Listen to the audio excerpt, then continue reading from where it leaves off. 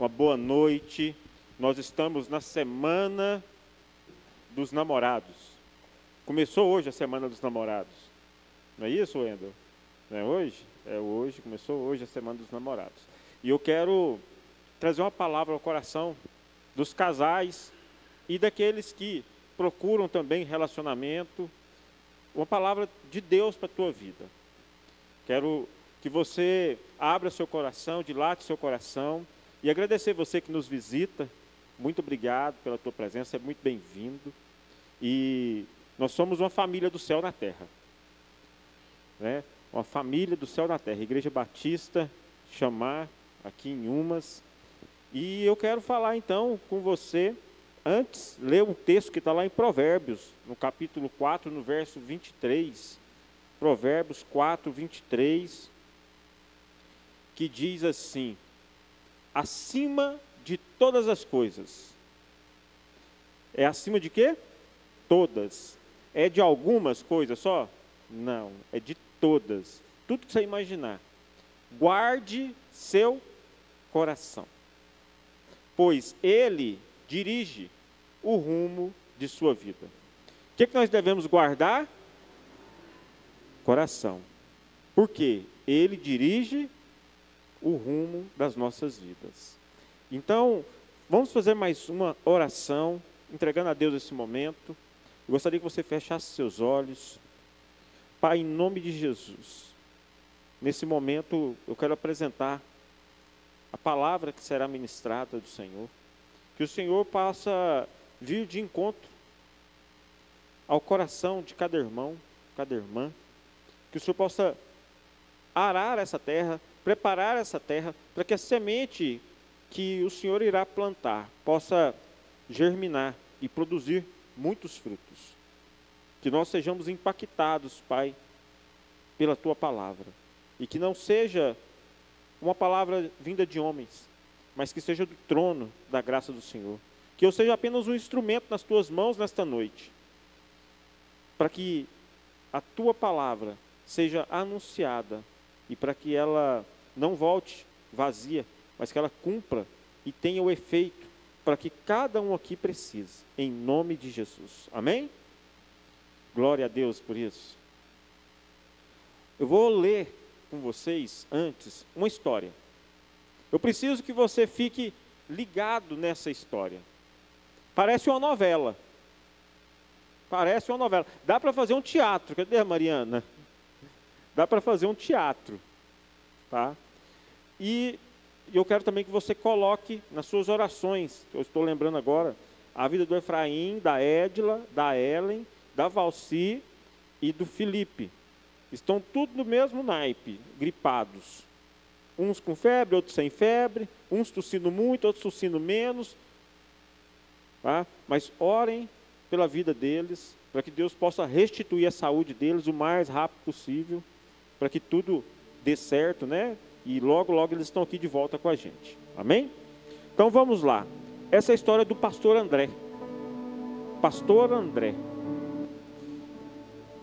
Na movimentada praça central da cidade, o pastor André é um homem de 35 anos, conhecido por sua dedicação à família e à igreja. Encontrava-se distribuindo folhetos sobre um evento beneficente. Seu olhar concentrado e suas palavras gentis chamaram a atenção de Vanessa, uma jovem empresária de 28 anos, que passava apressada pelo local. Vanessa, impressionada pela postura serena e confiante de André, parou para ouvir sobre o evento. Enquanto conversavam, ela notou algo diferente nele, uma sinceridade e profundidade que contrastava com os homens que costumava encontrar em seu círculo social. Naquela noite, ao chegar em casa, André foi recebido por sua esposa Raquel e seus 2 filhos pequenos. O jantar estava pronto, as crianças animadas para contar tudo sobre o seu dia na escola. Raquel, cansada após um dia intenso, cuidando da casa e das atividades da igreja, deu um beijo rápido no marido e voltou a sua atenção para as crianças. André sentiu uma pontada de solidão. Amava a sua família profundamente, mas algo dentro dele ansiava por uma conexão mais profunda, que tivera nos primeiros anos de casamento. Sacudiu a cabeça, afastando-se esses pensamentos, e se juntou à família para jantar. 2 semanas após o encontro na praça, André estava no supermercado, fazendo compras para um retiro da igreja. Concentrado em sua lista, quase não percebeu quando alguém o chamou. Era Vanessa, sorrindo calorosamente. Pastor André, que coincidência, lembra de mim? André sorriu, reconhecendo-a imediatamente. Eles conversaram por alguns minutos sobre o evento beneficente e outros assuntos. Vanessa mencionou que estava passando por dificuldades em seu casamento e pediu conselhos. André, sempre disposto a ajudar, ofereceu algumas palavras de sabedoria. Antes de se despedirem, trocaram um número de telefone, com a intenção de que André pudesse enviar informações sobre grupos de apoio para casais. No entanto, algo naquela troca de olhares fez o coração de André bater um pouco mais rápido. Naquela noite, André recebeu uma mensagem de Vanessa, agradecendo pela conversa. Ela respondeu educadamente, mas sentiu uma empolgação. Ele respondeu educadamente, mas sentiu uma empolgação incomum ao ver a notificação em seu celular. Com o passar das semanas, as mensagens entre André e Vanessa se tornaram mais frequentes. O que começou com um conselho sobre casamento evoluiu para palavras, para uma conversa sobre vida, sonhos e frustrações. André se pegava ansioso para ver as notificações de Vanessa, sentindo uma conexão que há muito tempo não experimentava. Vanessa, por sua vez, não escondia sua admiração por André. Seus elogios se tornaram mais ousados. E ela começou a insinuar que seu casamento estava chegando ao fim. Você é tão diferente, André, tão forte, tão sábio. Se ao menos eu tivesse encontrado alguém como você antes. André sabia que deveria colocar um fim naquela situação, mas algo dentro dele resistia. A atenção de Vanessa o fazia se sentir vivo, desejado. Em casa, Raquel continuava dedicada e amorosa, mas a rotina e as responsabilidades haviam diminuído as demonstrações de afeto e paixão. Uma noite, após um dia particularmente estressante na igreja, André se viu respondendo aos flertes de Vanessa. Você também é especial. Vanessa, sua força e determinação são admiráveis. Assim que enviou a mensagem, André sentiu um peso no peito. Ele sabia que havia cruzado uma linha. Vanessa, encorajada pela resposta de André, decidiu ser mais direta. Ela o convidou para um café, apenas para conversar. André sabia que deveria recusar, mas encontrou-se dizendo sim. No dia do encontro, André estava nervoso. Parte dele estava empolgada, ansiosa para ver Vanessa. Outra parte estava aterrorizada com o que poderia acontecer. Enquanto se preparava para sair, viu Raquel ninando sua filha mais nova, cantando suavemente. A cena o atingiu como um raio. E o que estava prestes a fazer? Tremendo, André caiu de joelhos ali mesmo. Senhor! Ele orou, lágrimas escorrendo por seu rosto. Eu sou fraco. Estou à beira do pecado. Por favor, me dê forças. Coloque uma cerca de espinhos ao meu redor. Eu não posso fazer isso sozinho. E naquele momento o seu telefone tocou, era um número desconhecido. André atendeu o telefone com as mãos trêmulas. Alô? Pastor André? Uma voz feminina, mas não era Vanessa. Aqui é Juliana, da comunidade Vida Nova. Desculpe ligar assim, mas temos uma emergência. Um dos jovens do nosso grupo está no hospital e está pedindo por um pastor. Sei que o senhor não é da nossa igreja, mas ouvi falar muito bem do seu trabalho com jovens. Poderia nos ajudar? André sentiu como se um peso enorme tivesse sido tirado de seus ombros. Claro, Juliana, estarei lá o mais rápido possível. Ele rapidamente mandou uma mensagem para Vanessa, cancelando o encontro, e correu para o hospital. Lá passou horas conversando e orando com o jovem e a sua família. Quando finalmente saiu do hospital exausto, mas com o coração leve, André encontrou Juliana na recepção. Ele sorriu. Pastor, obrigado por vir. Sabe, algo me disse que eu deveria ligar para o senhor hoje. Achei que foi Deus me usando. André não pôde conter as lágrimas. Juliana, você não tem ideia do quanto Deus usou você hoje. Nos dias que se seguiram, André lutou internamente. A experiência no hospital o fez perceber o quão perto esteve de cometer um erro terrível, mas os sentimentos por Vanessa não desapareceram magicamente. Decidido a enfrentar a situação, André procurou Juliana novamente. Sem entrar em detalhes, ele explicou que estava passando por uma luta espiritual e precisava de alguém para conversar.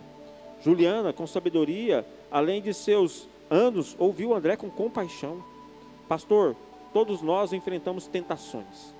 O fato de o Senhor ser um líder não o torna imune. Na verdade, isso provavelmente o torna um alvo maior para o inimigo. As palavras de Juliana foram um bálsamo para André. Pela primeira vez em semanas, ele sentiu que podia ser honesto sobre suas lutas sem ser julgado. O importante, continuou Juliana, é que o Senhor reconhece o perigo e está buscando ajuda. Isso é um sinal de força, não de fraqueza. Fortalecido pela conversa com Juliana e por suas orações renovadas, André decidiu que era hora de ser completamente honesto com Raquel. Com o coração pesado, mas determinado, ele sentou com a sua esposa após as crianças terem ido dormir. Raquel, meu amor, preciso te contar algo. André contou tudo a Raquel, sobre Vanessa, sobre suas lutas internas, sobre como chegou perto de cometer um erro terrível. Raquel ouviu em silêncio, lágrimas escorrendo por seu rosto. Quando André terminou, esperando o pior, Raquel o surpreendeu. Ela segurou suas mãos e disse: André, obrigada por ser honesto comigo. Sei que não deve ter sido fácil. Eu também tenho sentido que nos afastamos um pouco. Vamos trabalhar nisso juntos, ok? Naquela noite, André e Raquel oraram juntos, renovando seu compromisso um com os outros e com Deus. Eles decidiram buscar aconselhamento conjugal e fazer mudanças em sua rotina para fortalecer seu casamento. André também tomou a difícil decisão de compartilhar sua experiência com os líderes de sua igreja. Não em detalhes, mas o suficiente para estabelecer um sistema de apoio e prestação de contas. E essa então é a história de André. Sinais de alerta no casamento, quando a rotina se torna uma ameaça, é o tema da palavra. Sinais de alerta. Nós precisamos olhar para os sinais de alerta. Porque não é porque você está na igreja, não é porque você é santo, não é porque você tem um casamento perfeito, não é porque tudo está bem, que você não pode cair em tentação, que você não possa estar vulnerável. A primeira coisa que eu quero pensar com você é sobre vulnerabilidade. Vulnerabilidade. Por isso que a Bíblia fala para a gente guardar o nosso coração. Guarda o coração, porque dele procede fontes de vida. Coloca para mim Tiago 1, 14 e 15, por favor. Tiago capítulo 1, versículo 14 e 15. A tentação vem de nossos próprios desejos, que nos seduzem e nos arrastam. Esses desejos dão à luz o pecado. E quando o pecado se desenvolve plenamente, gera a morte. Qualquer pessoa, até mesmo um líder espiritual, são alvos da tentação. E o que faz com que isso aconteça dentro do casamento? A rotina, as responsabilidades. E tudo isso pode criar o quê? Brechas emocionais. Satanás age na nossa carne, age nos nossos desejos. Satanás, ele age nas nossas emoções, nas nossas fragilidades, na nossa vulnerabilidade. André estava vulnerável, se sentindo só, mesmo com a linda família, com a família linda, 2 filhos pequenos, a esposa amorosa, cuidadosa. Mas mesmo assim, existia ali uma brecha espiritual. Existia ali algo que poderia vir e acabar com tudo aquilo, com toda aquela beleza, com todo aquele projeto de Deus. A rotina, as responsabilidades do dia a dia, da casa, as crianças, o trabalho, um dia depois do outro, um dia depois do outro, a mesmice da vida ali, um dia após o outro, a mesmice. E a gente se encontra então sentindo-se apático, sentindo sem motivação mais no casamento, sentindo que não tem mais aquele mesmo calor. E uma troca de olhar, apenas uma troca de olhar, apenas um flerte, como você queira, pode gerar uma chama que estava apagada no coração, voltar a se acender e levar você ao limite para poder se jogar do abismo, para cometer pecado, para cair, para acabar com tudo aquilo que você construiu por anos.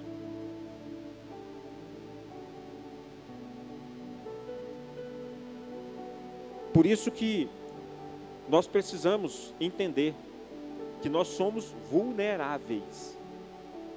Todos nós somos vulneráveis. Todos nós não somos um homem de aço, um Superman.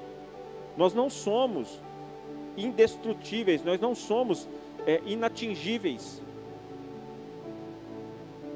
Acontece de vir setas malignas, flechas malignas, de vir situações para poder nos tirar do caminho de Deus, do caminho da santidade. Satanás vai armar laços, armadilhas. Satanás vai colocar pessoas. Coitada da Vanessa. Vanessa não sabia, mas estava sendo usada pelo diabo. Estava ali e ela tinha um marido, mas o casamento dela também não estava bom. E o casamento de André estava bom, só que não estava tão bom quanto a emoção que ele sentiu quando se encontrou com Vanessa. Sabe quando tudo está bom, mas quando você encontra algo melhor, aquilo que estava bom já não é tão bom mais, já se torna ruim. E aí você quer ter novamente aquela experiência, porque você volta a se sentir o quê? Vivo nas suas emoções. Você volta a se sentir pleno novamente. Parece que algo aconteceu dentro de você. E parece que você está com a pessoa errada agora. Mas você não se lembra que no começo, com aquela pessoa, foi assim. Foi assim. Então você não está com a pessoa errada. Você deixou a relação ficar na rotina, na monotonia. Você deixou a sua relação ficar vulnerável. Quando é que a relação fica vulnerável? Quando eu não tenho mais a chama do primeiro amor. Quando eu não alimento mais essa chama. Quando eu não alimento mais essa vida de estar com a pessoa amada. Quando eu permito que o dia a dia, as rotinas da vida venham e roubem de mim essa experiência que eu tive lá no passado. E eu não continuo alimentando essa experiência, porque o que acontece? As pessoas se casam e permitem que essa chama se apague. Permitem que essa chama se apague. E aí a gente vai olhar para como Satanás trabalha, o processo da tentação. Ele começa de forma sutil e aparentemente inocente. O que André estava fazendo de errado? O André foi procurar a Vanessa. A Andressa saiu para procurar o André.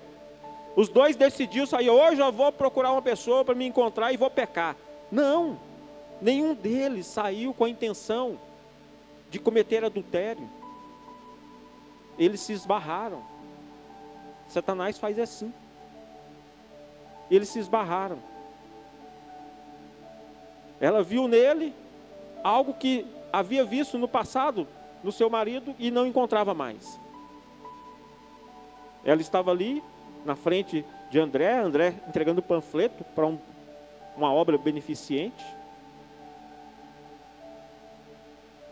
E daquele simples pastor na praça, entregando um panfleto, gerou todo um contexto para a destruição daquela família pastoral. E se aquela família pastoral fosse destruída, quantas outras famílias que dependeriam daquele homem como seu líder espiritual não seriam também destruídos? Quantos outros? Quantas ameaças a gente tem ao nosso redor? Basta você estar na fila de banco. Basta você ir na lotérica. Basta você estar vendendo dentro do comércio, atendendo as pessoas. Mas não é isso. Ou sabe o que é? A verdade é que basta você deixar essa chama apagar. Porque se a chama não apaga, isso não acontece. Se você mantém a chama acesa, isso te torna mais forte. Não quer dizer que te torna invencível, mas te torna mais forte. E as coisas vão progredindo através de pequenas concessões. Troca um número de celular, encontra, esbarra, troca um olhar, vai progredindo, vai aumentando a intensidade. Não começa no mesmo dia, passa-se semanas, e aquilo fica martelando na cabeça. Vem outra semana, fica martelando na cabeça. Chega em casa, as coisas não estão bem. E aí que em casa não está bem mesmo. Parece que está tudo ruim em casa e vai ficando pior. E o Satanás vai trabalhando nas pequenas concessões. E aí você começa a racionalizar o pecado. Para aí, eu não estou fazendo nada de errado. Eu só dei meu telefone para ela está precisando de conselho. Eu não estou fazendo nada de errado. E você começa a dar linha para o peixe, né? Para poder depois, Satanás está dando linha para você, dar para o peixe. Para poder te fisgar. E aí você racionaliza o pecado. Acha normal. Que mal tem se eu vou tomar um café com ela? Não chegou às vias de fato? Vou lá só para conversar. Só para conversar. Teve um dia que eu estava no Chiquinho, tomando sorvete. E aí entrou um rapaz que eu conheço, aqui da cidade, com uma funcionária dele. Na verdade, quando ele me viu, ele assustou. Porque eu sei que ele é casado, sei da vida dele, como todo mundo sabe, né? Só que aí, a funcionária vem e ele chamou ela para tomar um sorvete. Para mim não é normal. Eu acho que a minha esposa não ia gostar. Pelo menos lá em casa ela não ia gostar de eu fazer isso. Pegar uma funcionária, vamos ali tomar um sorvete e sentar com ela na mesa e começar a conversar tomando um sorvete. Eu posso fazer isso com a minha filha, com os meus filhos, com a minha esposa. Na minha visão é essa. Porque aí eu achei estranho ele chamar a funcionária para pagar um sorvete para ela, para conversar. E ele ficou tão incomodado comigo. O pior foi esse, que ele ficou incomodado quando ele me viu. Talvez não era nada. Talvez não era nada. Não é? Pode ser que não seja nada, mas poderia ser o início de alguma coisa. Poderia ser o início de alguma coisa. Então, nós precisamos entender que tem momentos de decisão, momentos decisivos que você precisa tomar uma decisão. Que momentos são esses? Onde nós enxergamos os sinais de perigo. É necessário reconhecer os sinais. Você precisa reconhecer os sinais. André, quando ele sai e olha para a esposa cantando para a filha adormecer, e ele sai pensando já que vai encontrar com uma pessoa, e ele não pode contar para a esposa que aquilo que você não pode contar já está errado. Se você sai para fazer algo e não pode falar para onde vai, está errado. Já começou errado aí. Aí vai dar problema mesmo, você está caindo no laço. Isso vale para o jovem, isso vale para o homem, para a mulher. Se o jovem sai e não pode falar para os pais onde é que está indo, tem um problema. Está errado. Vai fazer coisa errada, é certeza. Não, não é nada de... Aí racionaliza, não estou fazendo nada de errado não. Se não está fazendo, por que não conta? Se não é nada... Não, é porque vai ficar preocupado. Se vai ficar preocupado é porque está fazendo uma coisa errada. Alguma coisa pode acontecer de ruim nessa história. Então, ficar atento aos perigos. Reconhecer os perigos, os sinais. Reconheça os sinais. Olha para o coração. Chega para a esposa e fala: meu bem, nós precisamos conversar, eu não estou fazendo nada de errado, viu, meu bem? Mas nós precisamos reacender essa chama que a gente tinha. Vamos sair, vamos fazer um negócio diferente. Vamos no jantar do Dia dos Namorados lá na Igreja Batista. Vamos lá no Dia dos Namorados para a gente receber uma palavra, uma oração, estar em comunhão ali com outras pessoas. Veja os sinais, não permita a monotonia, não permita. Não permita. E ele sentiu que estava fazendo algo errado. E o que aconteceu? Ele orou. Ele orou. E ele orou de forma desesperada e sincera. Ele viu que ia cometer o maior erro da vida dele. E ele se ajoelha e fala para Deus: Senhor, eu sou fraco. Sozinho eu não consigo. Me ajuda, me dá força. Coloca em volta de mim um muro de espinhos. Não existe muro pior do que o de espinhos. Você não consegue nem chegar perto do muro.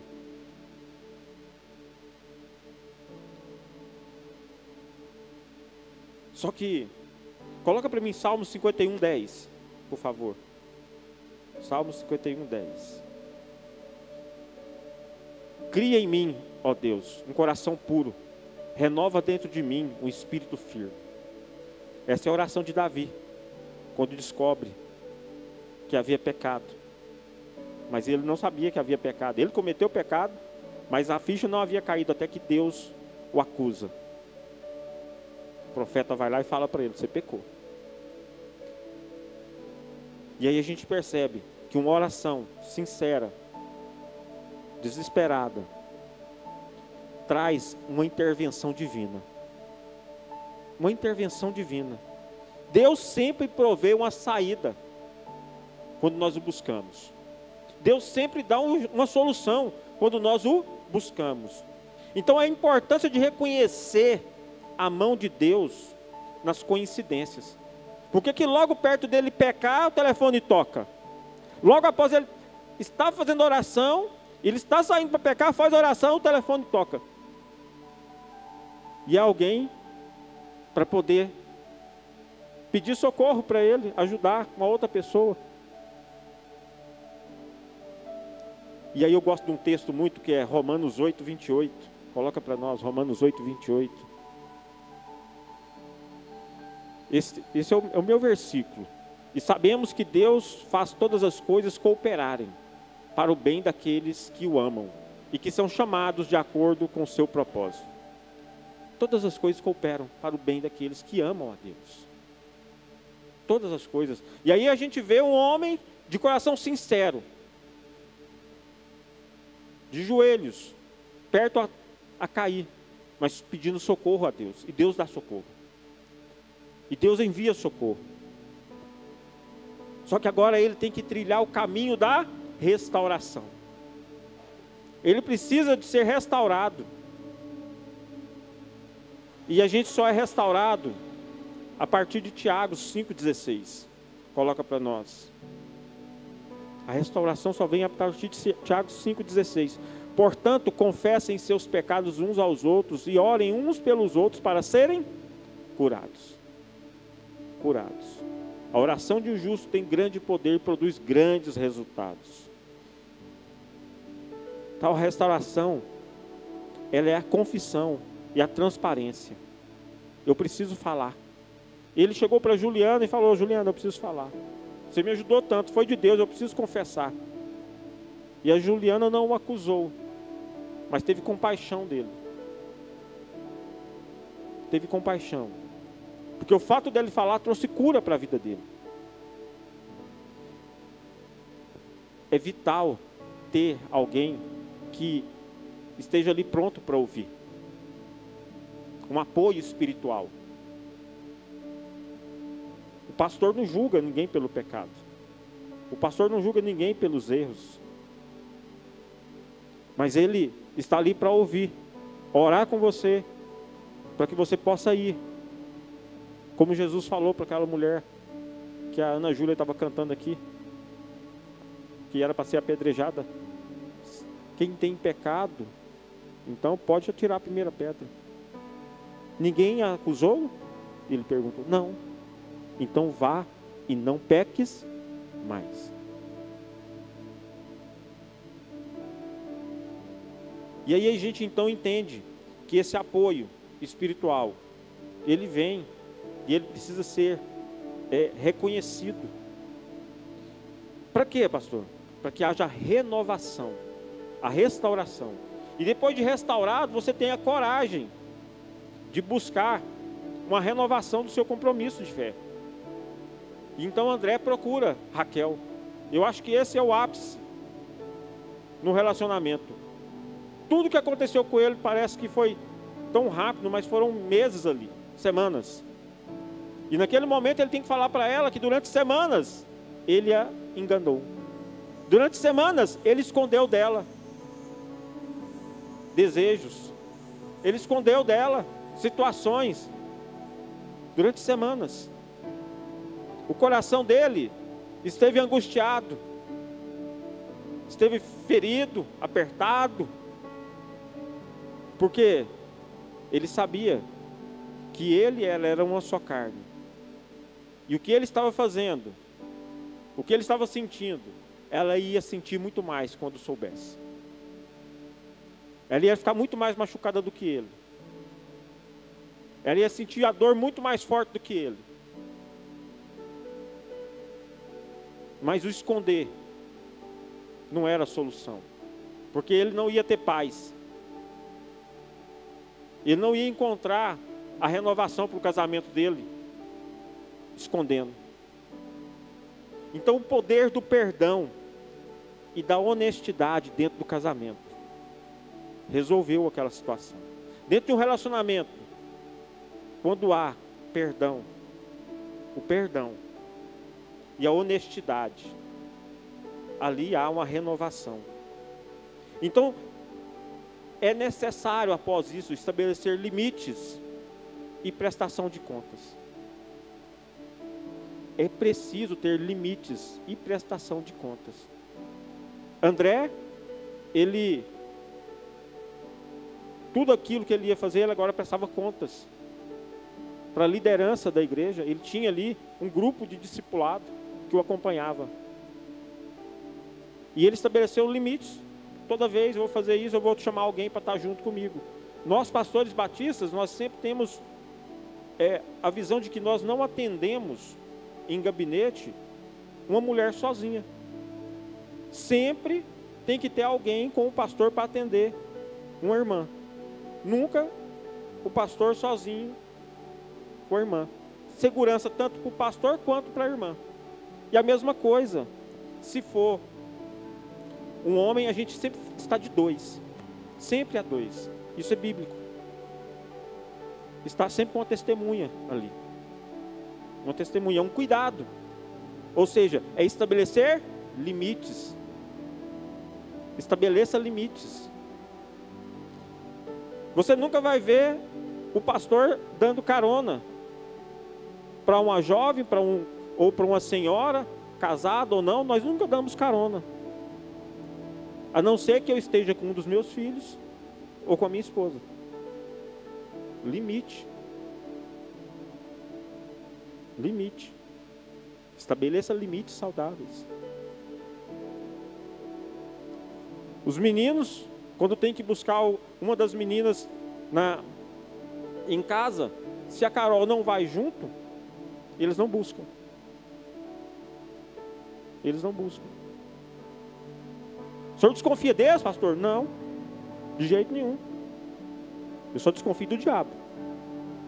Eu desconfio dos hormônios. Desses aí eu desconfio. Então nós precisamos, e isso é proteção. Isso é proteção.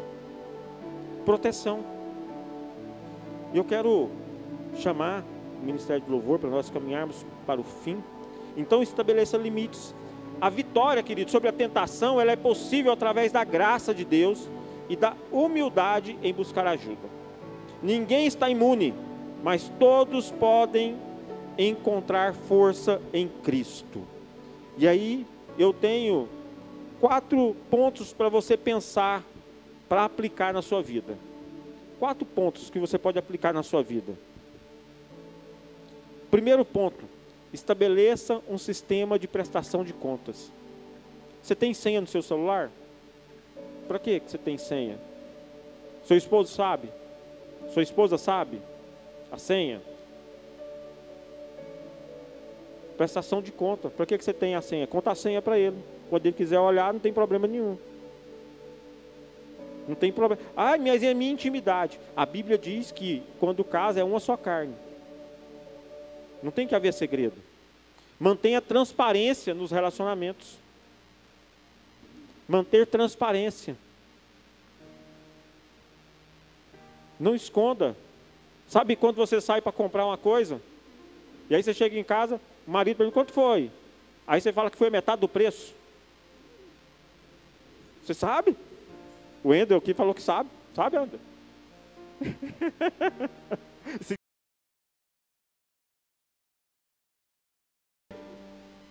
E aí você fala que foi metade, porque você não quer desagradar o outro, mas você está escondendo.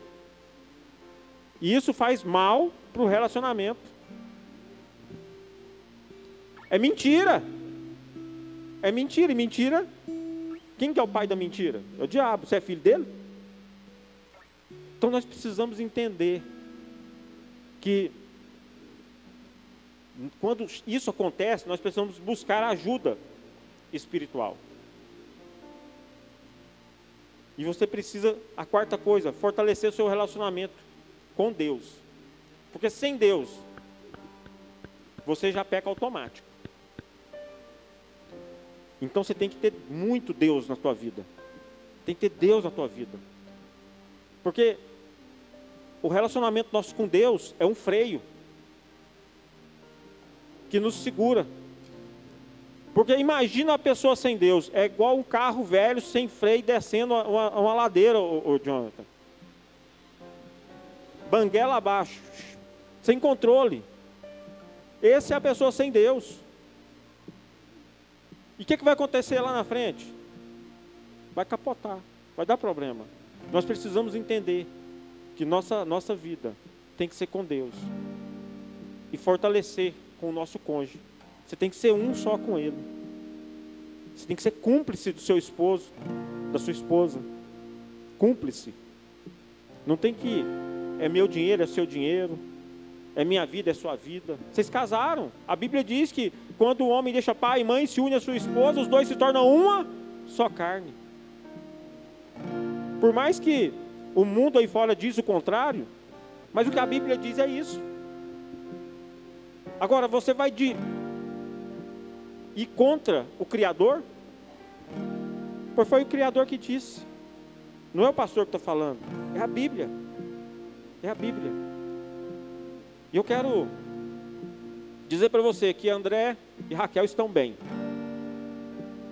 Firmes. Firmes. Isso aconteceu em São Paulo. É um fato real. E essa história é pública. Você pode procurar ela depois. Então, pega essa história e pega o versículo de Provérbios 4. Guarda o coração. Guarda o coração. Você pode ficar de pé? Vamos. Que o